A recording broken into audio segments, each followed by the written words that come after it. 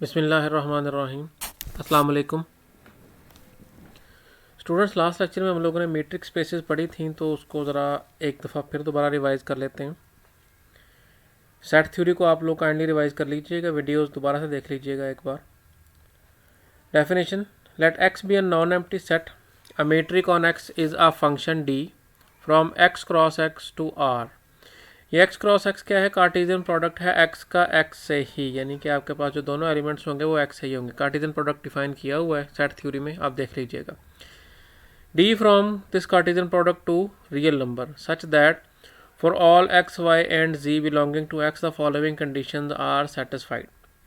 यहाँ से स्टूडेंट्स एक चीज़ और देखें कि जो डी की वैल्यूज़ हैं या जो डी का आंसर है वो क्या होता है? एक रियल नंबर होता है, ठीक है, या डी की रेंज कह लें, वो रियल नंबर होते हैं। चार कंडीशन हमारे पास हैं। तो M1 stands for metrics space condition 1, जब मोटरवे नहीं है। M1 d of x y is greater और इक्वल टू ज़ीरो, के दो पॉइंट्स के दरमियान जो डिस्टेंस है वो नॉन नेगेटिव होगा, कम से कम भी हो तो वो ज़ीरो हो सकता है, नेगेटिव नहीं हो सकता, ठीक है, या पॉजिटिव है या फिर ज़ीरो है। M2 d of x y is equal to zero if and only if x is equal to y. ये स्टूडेंट्स ये इंपॉर्टेंट कंडीशन है। इफ़ एंड ओनली इफ़ का मतलब ये है कि अगर डिस्टेंस ज़ीरो है तो वो दोनों पॉइंट्स इक्वल होने चाहिए, और अगर दोनों पॉइंट्स इक्वल हैं तो उनका डिस्टेंस ज़ीरो आना चाहिए, ठीक है जी। इसे कहते हैं नेसेसरी एंड सफिशेंट कंडीशन। तो ये दोनों, अगर एक कंडीशन ट्रू है तो दूसरी भी ट्रू होना ज़रूरी है कि अगर डिस्टेंस ज़ीरो है तो एक्स और वाई आपस में इक्वल हो, यानी सेम ही पॉइंट, और अगर पॉइंट सेम है, एक्स और वाई इक्वल है, तो फिर डिस्टेंस ज़ीरो होना ज़रूरी है। पॉइंट सेम आ जाते हैं, डिस्टेंस ज़ीरो नहीं होता, तो फिर ये मैट्रिक्स स्पेस की कंडीशन को वायलेट कर रहा है, ठीक है। आगे एग्जांपल्स में ये सारा कुछ दिया हुआ है। M3 d of x Y is equal to D of y x, इसको सिमिट्री बोलते हैं। सिमिट्री का मतलब ये है कि एक्स से वाई का जो डिस्टेंस है वही वाई से एक्स का डिस्टेंस है, ठीक है, कि फैसलाबाद से लाहौर का जो डिस्टेंस है वही लाहौर से फैसलाबाद का है, तो फिर वापसी आते हुए डिफरेंट नहीं हो जाता। फोर्थ, ट्राइंगल इनइक्वालिटी बोलते हैं इसको हम। D of X G is less than और equal to D of x Y plus D of Y G, के दो पॉइंट्स, तीन पॉइंट्स हैं, तो हर दो पॉइंट्स के दरमियान जो डिस्टेंस है वो बाकी दो डिस्टेंसेस के सम से हमेशा स्मॉल रहता है। अब इसको इस तरह से विजुअलाइज कर सकते हैं कि ये ट्राइंगल की सपोज तीन साइड्स हैं। ट्राइंगल है आपके पास एक्स वाई जी, एक साइड आपके पास है एक्स वाई, एक साइड है वाई जी, और एक साइड है एक्स जी, ठीक है। तो ट्राइंगल की एक साइड जो है वो बाकी दो के सम से हमेशा लेस और इक्वल ही रहती है, इसलिए इसको ट्राइंगल इनइक्वालिटी बोलते हैं, ठीक हो गया जी। डेफिनेशन: ये तो होगी कंडीशंस मीट्रिक की, कि अगर ये चारों कंडीशंस ट्रू हों तो जो डी ये फंक्शन है वो एक मीट्रिक कहलाएगा, ठीक है। मीट्रिक स्पेस क्या होती है वो हम देख लेते हैं, उसकी डेफिनेशन आगे हमारे पास आगे। Let x be a non empty set and let D be a metric on X, then the pair XD is called a metric space। एक हमारे पास नॉन एम्प्टी सेट हो और एक उसी सेट के ऊपर मीट्रिक हो, तो फिर इन दोनों का जो पेयर होता है उसको हम बोलते हैं ये मीट्रिक स्पेस होती है। X is called the underlying और ground set and D is called the metric on X। The elements of X are called points of metric space, ठीक है। हम जब भी कहेंगे कि मीट्रिक स्पेस के कुछ पॉइंट्स, तो वो क्या होगा? वो X के सेट X के एलिमेंट्स होंगे, ठीक है। मोस्टली हमारे डिस्कशन में वो रियल नंबर होगा, लेकिन डिफरेंट भी हो सकता है। Next, the generalised triangle inequality, इसका प्रूफ हम देख लेते हैं। Let x d be a metric space and x1 x2 up to so on x n be points of x, then, इससे पहले हम लोगों ने 3 पॉइंट्स के लिए पढ़ी थी ट्राइंगल इनइक्वालिटी, वो हमारे पास n पॉइंट्स हैं। Then d of x1 xn is less than or equal to d of x1 x2 plus d of x2 x3 plus so on plus d of xn minus 1 xn minus 2 plus d of xn minus 1 xn, ठीक है जी। कि n points हैं तो उनमें से दो points का जो डिस्टेंस है वो बाकी सारे के सारे डिस्टेंसेस के सम से हमेशा लेस और इक्वल ही रहेगा। प्रूफ देख लेते हैं इसका हम। मैथमेटिकल इंडक्शन हमने यूज़ की थी, तो 3 के लिए तो हम ऊपर प्रूफ कर चुके हुए, हमने ट्राइंगल इनइक्वालिटी, ये हमारे पास जो M4 है ये 3 पॉइंट्स के लिए हमने प्रूफ नहीं की हुई, ये डिफाइन की हुई है कि 3 पॉइंट्स के लिए, ठीक है। जब आप इस इनइक्वालिटी में n को 3 पुट करते हैं तो ये हमारे पास 3 पॉइंट्स आ जाते हैं x1 x2 x3। For n is equal to 3 the above inequality becomes d of x1 x3, n की जगह 3 पुट कर दिया आपने, x1 x2 plus D of x2 x3 which is m4, जो हम ऑलरेडी ऊपर स्टेट कर चुके हैं। दस 1, ये जो रिलेशनशिप है इसका नेम हमने रखा है 1, इसका हमने लेबल किया है 1। Thus 1 is true for n is equal to 3, कि n इज इक्वल टू 3 के लिए तो हम ऑलरेडी देख चुके हैं कि ये ट्रू है। Suppose 1 relationship 1 holds for n is equal to k greater than 3। Suppose करते हैं कि ये k के लिए, किसी k के लिए जो कि 3 से ग्रेटर है, ट्रू है। प्रूफ हमने ये करना होता है कि k प्लस 1 के लिए भी ये ट्रू है। उसको देखते हैं कैसे प्रूफ करते हैं। अगर n is equal to k के लिए ट्रू है तो फिर क्या होगा हमारे पास, x1 x k, n की जगह क्या पुट किया हमने यहाँ पर k, तो x1 xk lesser equal to D of x1 x2 plus D of x2 x3 plus so on plus D of xk minus 1 xk, n की जगह पे k पुट कर दिया, ये हमारे पास ट्रू है। ठीक है, now D of x1 xk plus 1 is less than और equal to D of x1 xk plus D of xk xk plus 1। m4 को हमने यूज़ करते हुए क्या किया है, हमने x1 तो हमारे पास, ये जो हमारे पास ऊपर रिलेशनशिप हमने प्रूव किया था x1, और k की जगह xk प्लस 1, 3 की जगह xk प्लस 1 पुट किया कि ये 2 पॉइंट्स का जो डिस्टेंस है वो हमेशा 3 पॉइंट्स के डिस्टेंस के सम से हमेशा स्मॉल रहेगा। m4 हमें बताता है कि D of x1 xk plus D of xk xk plus 1। ठीक है जी, आपने क्या करना होता है कि इन दोनों के दरमियान में एक पॉइंट को और इंट्रोड्यूस करवाना होता है। x1 और xk प्लस 1 है तो x1 xk हमने इंट्रोड्यूस करवा दिया, x1 xk और xk xk प्लस 1। ठीक हो गया जी। अब हमने क्या करना है, हमने ये वाला जो u2 है इसकी जगह पे, जैसे x1 xk है, x1 xk की जगह पे मैं अगर ये पुट कर दूं तो क्या होगा, ये स्मॉलर है, ये वाली साइड जो है वो लार्जर है। हमने क्या किया, हमने इस नंबर से भी एक और बड़ा नंबर यहाँ पे पुट कर दिया, तो वो तब भी क्या होगी, ये साइड लार्जर ही रहेगी। ठीक हो गया। So D of x1 xk plus 1 is less than और equal to D of x1 x2, ये कहाँ से आ रहा है, ये हमने x1 xk की जगह पे हमने ये पुट किया, x1 x2 x2 x3 plus up to so on plus D of xk minus 1 xk। यहाँ तक तो ये वाली पोर्शन था, बाकी का पोर्शन कहाँ से आ गया, ये ऑलरेडी जो पड़ा हुआ है डी ऑफ xk प्लस 1। ठीक है जी। प्रूफ क्या हो गया कि ये जो इनइक्वालिटी है, ये वाला जो रिलेशनशिप है, ये ट्रू है किसके लिए, xk प्लस 1 के लिए भी। 1 is true for n is equal to k plus 1। हम क्या करते होते हैं मैथमेटिकल इंडक्शन में, k के लिए उसको सपोज करते हैं कि वो ट्रू है और प्रूफ कर दें अगर हम कि वो k प्लस 1 के लिए भी ट्रू है, तो मैथमेटिकल इंडक्शन ये कहता है कि वो तमाम के तमाम इंटीजर्स के लिए ट्रू है। Thus 1 is true for n is equal to k plus 1 by mathematical induction. The inequality holds for all integral values for of n greater or equal to 3, यानी 3 और 3 से ग्रेटर तमाम नंबर्स के लिए ये इनइक्वालिटी क्या है, ट्रू है कि एक डिस्टेंस जो है वो बाकी डिस्टेंसेस के सम से हमेशा लेस और इक्वल ही रहेगा। इसे हम बोलते हैं जनरलाइज्ड ट्रायंगल इनइक्वालिटी। उसके बाद एग्जांपल्स हैं मैट्रिक्स स्पेस की, तो हम एग्जांपल 1 चेक करते हैं। क्या है, let d from r to r cross r to r। अब हमने क्या किया हुआ है, वो जो x सेट था हमारे पास उसको हमने स्पेसिफाई कर दिया कि वो रियल नंबर है।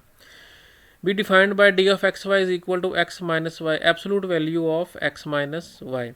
एब्सोल्यूट वैल्यू आपको पता है इसका क्या काम होता है, ये हमेशा नेगेटिव को पॉजिटिव कर देता है और पॉजिटिव को भी वो पॉजिटिव ही रखता है और जीरो को जीरो पे मैप करता है। For all x Y belongs to real number then d is a metric on r called the usual और यूक्लिडियन मीट्रिक ऑन आर। तो M1 से M4 को आपने क्या करना है, चेक करना है, वो जो हमने 4 कंडीशन पढ़ी हैं उन सबको चेक करना है और प्रूफ ये करना है कि ये मीट्रिक है। ठीक है, तो ये काम आप लोग खुद करेंगे, ये आप लोगों के समझने के एक तरह से असाइनमेंट है।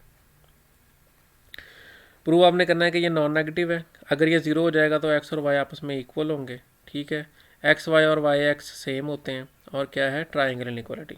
ठीक है जी। Example 2, let x is equal to c be the set of complex numbers and a function d from c cross c to r।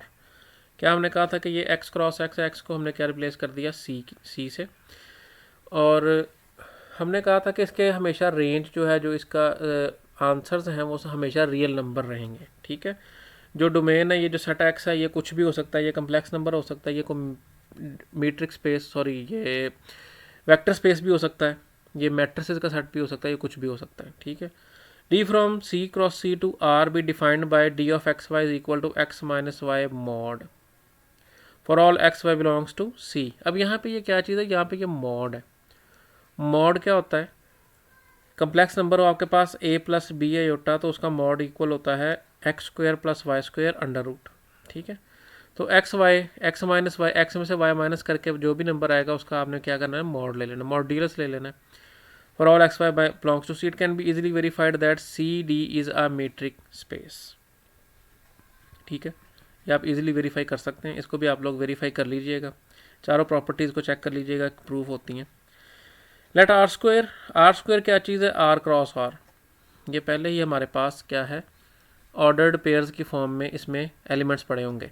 Denote the set of all points in the coordinate plane. हमने पढ़ा हुआ कि जो plane है जिसमें x axis और y axis होता है, उसमें जो भी पॉइंट्स होते हैं वो ऑर्डर्ड पेयर की फॉर्म में होते हैं और वो आर स्क्वायर की फॉर्म में होंगे। The points x y z belongs to r square are ordered pairs of real numbers. We have x is equal to x1 x2, y is equal to y1 y2 and z is equal to z1 z2। हमने 3 generalised point ले लिए हुए, where x1 x2 y1 y2 z1 z2 are all real numbers. ठीक है, ये real numbers के ही ordered pairs हैं। Define the function d d1 d2 on r square into r square to r by number 1 है d of x Y is equal to D of x1 x2 y1 y2 is equal to x1 minus y1 whole square plus x2 minus y2 whole square under root. ये क्या चीज़ है, ये आपका जो general distance formula है ना, जो usual distance formula use करते हैं, ये वो है। ठीक है, आर स्क्वायर के ऊपर अगर हम यूजुअल मीट्रिक की बात करें तो वो ये वाली होती है। उसके बाद d1 of x Y is equal to x1 minus y1 absolute value plus x2 minus y2 absolute value.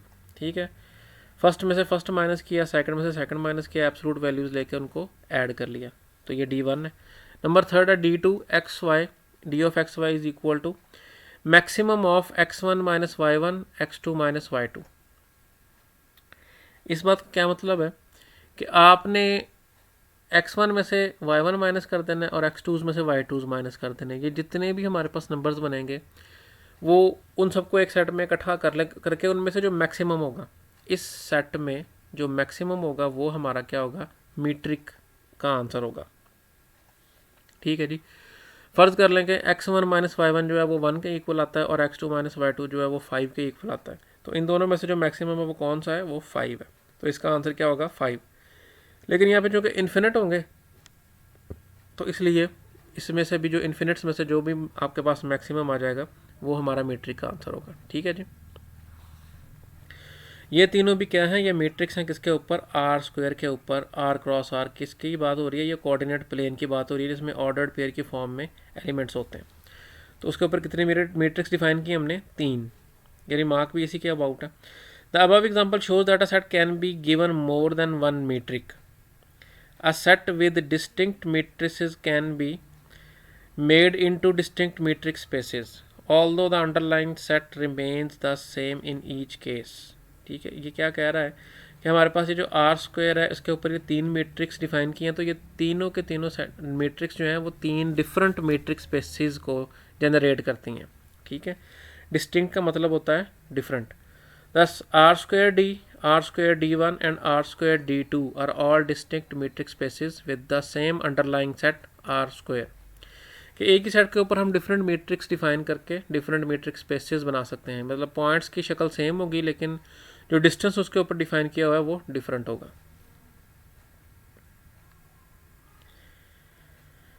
Example 4, let x be a non empty set defined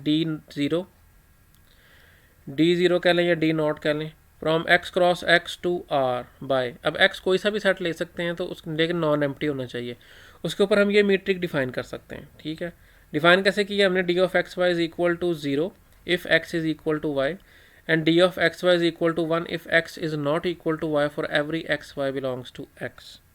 ठीक है, तो इसको आपने ये प्रूफ करना है कि ये एक मीट्रिक होगी ना, आपके पास सेट कोई सा भी हो, जब भी आपके पास 2 एलिमेंट्स सेम आ जाएंगे तो आंसर आपके पास क्या आएगा, 0 आएगा, और जब भी 2 एलिमेंट्स डिफरेंट आएंगे तो आपके पास आंसर क्या देगी, ये 1 देगी। ठीक है, क्रोनेकर डेल्टा आपने पढ़ा होगा, वो इसी तरह का होता है।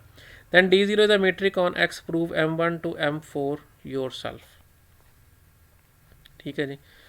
फर्स्ट ऑफ ऑल हमने इसको प्रूव करना होता है कि ये नॉन नेगेटिव है, तो आप देख सकते हैं कि इसका आंसर यहाँ 0 आ रहा है या 1 आ रहा है, मतलब नेगेटिव नहीं आ रहा, 1 पॉजिटिव है और 0 नॉन नेगेटिव है। ठीक है जी, डी नॉन नेगेटिव हो गई। और फिर हमने क्या प्रूव करना होता है कि डी ऑफ एक्स वाई अगर 0 हो जाए तो एक्स और वाई इक्वल होंगे। यहाँ से आप देख सकते हैं कि एक्स और वाई जब इक्वल हैं तब ही इसका आंसर 0 आ रहा है, अदरवाइज इसका आंसर 0 नहीं आ रहा। ठीक है। थर्ड कंडीशन ये होती है कि एक्स का वाई से और वाई का एक्स से डिस्टेंस सेम है।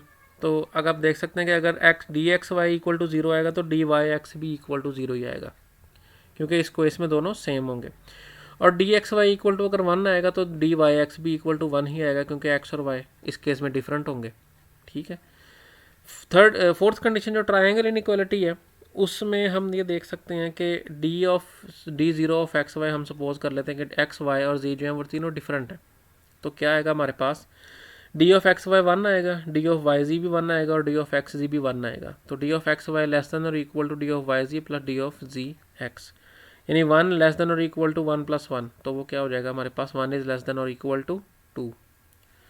और अगर आप इन तीनों को सेम ले लें तो फिर क्या होगा, फिर हमारे पास डी ऑफ एक्स वाई भी 0, एक्स वाई जी भी 0 और जी एक्स भी 0। ठीक है। तो 0 लेस देन और इक्वल टू 0 प्लस 0, तो लेस देन और इक्वल टू में से कोई एक कंडीशन ट्रू होनी चाहिए, तो वो इक्वल टू प्रूफ हो रही है। ठीक हो गया जी। इसको आप कर लीजिएगा। तो ये हमारे पास मैट्रिक्स स्पेस प्रूफ हो गई एग्जांपल नंबर 4 तक।